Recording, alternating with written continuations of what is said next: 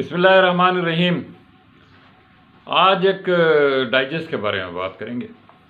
حال ہی میں آپ نے سنا ہوگا کہ ریڈر ڈائجسٹ بند ہو گیا۔ یہ پوری خبر نہیں ہے، حقیقت پر مبنی بھی نہیں ہے۔ ریڈر ڈائجسٹ کے بہت سارے ایڈیشن، تقریباً 40 ایڈیشن دنیا بھر میں چھپتے تھے، لیکن جس طرح سے دنیا بھر میں پرنٹ میڈیم پر روال پچھلے 10 سال سے آ رہا ہے، اس ڈائجسٹ کو بھی، جس کی کروڑوں میں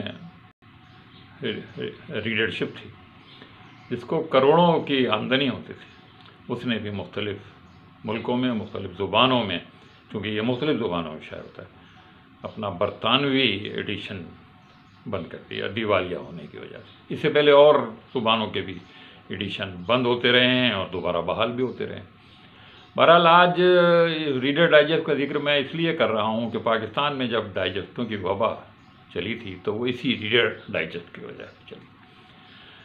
سب سے پہلا ڈائجسٹ اردو ڈائجسٹ سن 1960 میں نکلا تھا، یعنی آپ یہ سمجھ لیں کہ 1922 میں ریڈر ڈائجسٹ نکلا تھا، تو کتنے برس کے بعد جو ہے وہ تقریباً 38 برس کے بعد پاکستان میں اردو ڈائجسٹ ہے، اور اس ڈائجسٹ نے بھی ریڈر ڈائجسٹ کی جو لوگوں میں طلب تھی اور جو اردو طبقے میں، وہ بہت حد تک پوری کی۔ پھر اردو ڈائجسٹ کے بعد پھر بے شمار سیارہ ڈائجسٹ اور یہ ڈائجسٹ اور وہ ڈائجسٹ اور خواتین ڈائجسٹ اور دوشیزہ ڈائجسٹ اور پتہ نہیں روحانی ڈائجسٹ، بہت سارے، اور شاید ابھی بھی نکل رہے ہیں یہ۔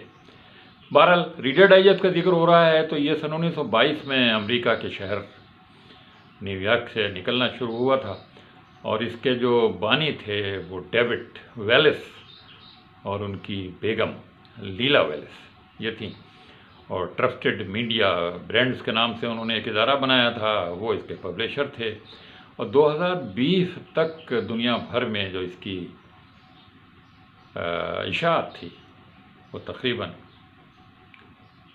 30 لاکھ سے زیادہ تھی۔ شروع میں یہ رسالہ اور درمیان میں بھی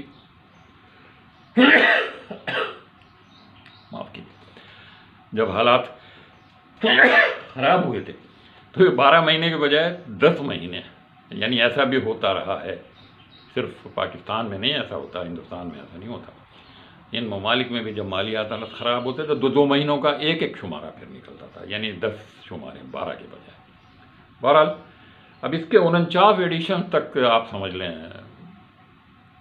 شائع ہوتے رہے مختلف زبانوں میں، اور 4 کروڑ سے زیادہ اس کے ریڈرز رہے ہیں، اور یہ کوئی 70 ملکوں میں 21 زبانوں میں یہ چھپتا ہے، اور اس کی جو ٹوٹل سرکولیشن اگر دیکھا جائے تو وہ 10 ملین سے بھی زیادہ بھی رہی ہے، اور جو اس کی پیڈ سرکولیشن۔ مزے کی بات ہے کہ اس نے مختلف ایڈیشنوں کے ساتھ ساتھ اس ایک نابینا حضرات کے لیے بریل کا بھی ایک ایڈیشن، یہ اس کی بڑی خاص بات تھی۔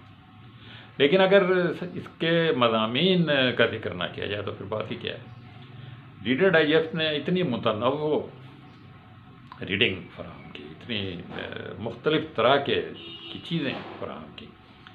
آپ اگر تھوڑا سا جائزہ لیں شروع سے تو مختلف رسالوں میں جو اچھے مضامین چھپتے تھے یہ اس میں سے بھی لے کر پوری بھی شائع کرتے تھے، ان کا خلاصہ بھی شامل کرتے تھے، اور پھر یہ کرتے تھے کہ امیوزنگ انیکڈوٹ کے نام سے یہ حیرت انگیز کہانیاں بھی شائع کرتے تھے۔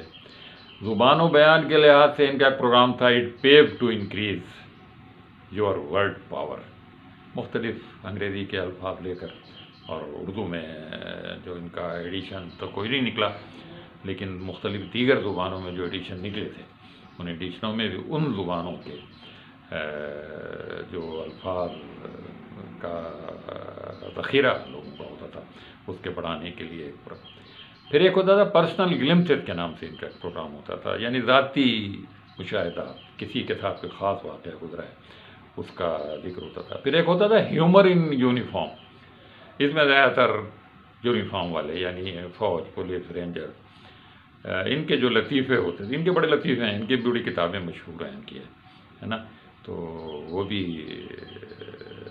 ہیومرس پروگرام تھا، وہ بھی اس کے اندر شامل ہوتا تھا. کسی کتاب کا خلاصہ، کسی اچھی کتاب کا خلاصہ یہ آخر میں دیا کرتے تھے.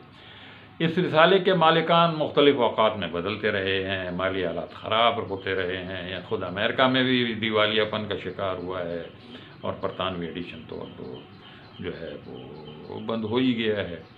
اس رسالے نے صرف مضامین اور پڑھنے کی چیزیں ہی فراہم نہیں کی تھیں، اس نے لاٹریاں بھی شروع کروا دی تھیں، اور پھر مصنوعات خریدنے پر انعامات کا ایک سلسلہ بھی شروع کر دیا گیا تھا.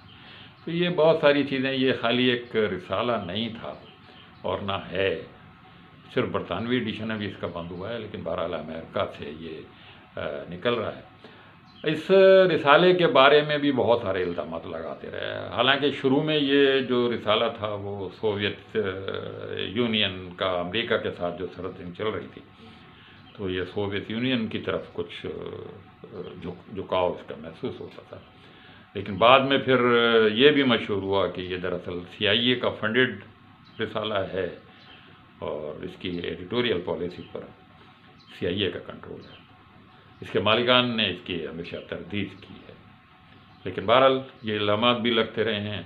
تو جس طرح سے ہمارے ہاں دیگر رسائل اور اخبارات تو صرف مضامین شائع کرتے ہیں، صرف نظمیں شائع کرتے ہیں، صرف کہانیاں شائع کرتے ہیں، لیکن یہ ایک رسالہ اور ایک ڈائجسٹ ہی نہیں تھا، بہت سارے اور کام بھی.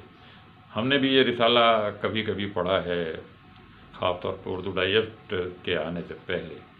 لیکن اردو ڈائجسٹ کے آنے کے بعد بھی مارکیٹ میں یہ ابھی بھی ردی والوں کے ہاں بھی کافی مہنگا ملتا ہے، اتنا سستا نہیں. جتنے میں آپ کا نیا ڈائجسٹ پاکستان کے اندر آ سکتا ہے، اتنے پیسوں میں اس کا پرانا ڈائجسٹ، پرانا ایڈیشن کوئی ملتا ہے. بہرحال یہ ایک بہت بڑا اثاثہ تھا کتابوں کی دنیا میں، رسالوں کی دنیا میں. تو مناسب سمجھا کہ آپ کے گوش گزار کر لیا جائے. مزید کو اجازت دیجیے. اللہ حافظ.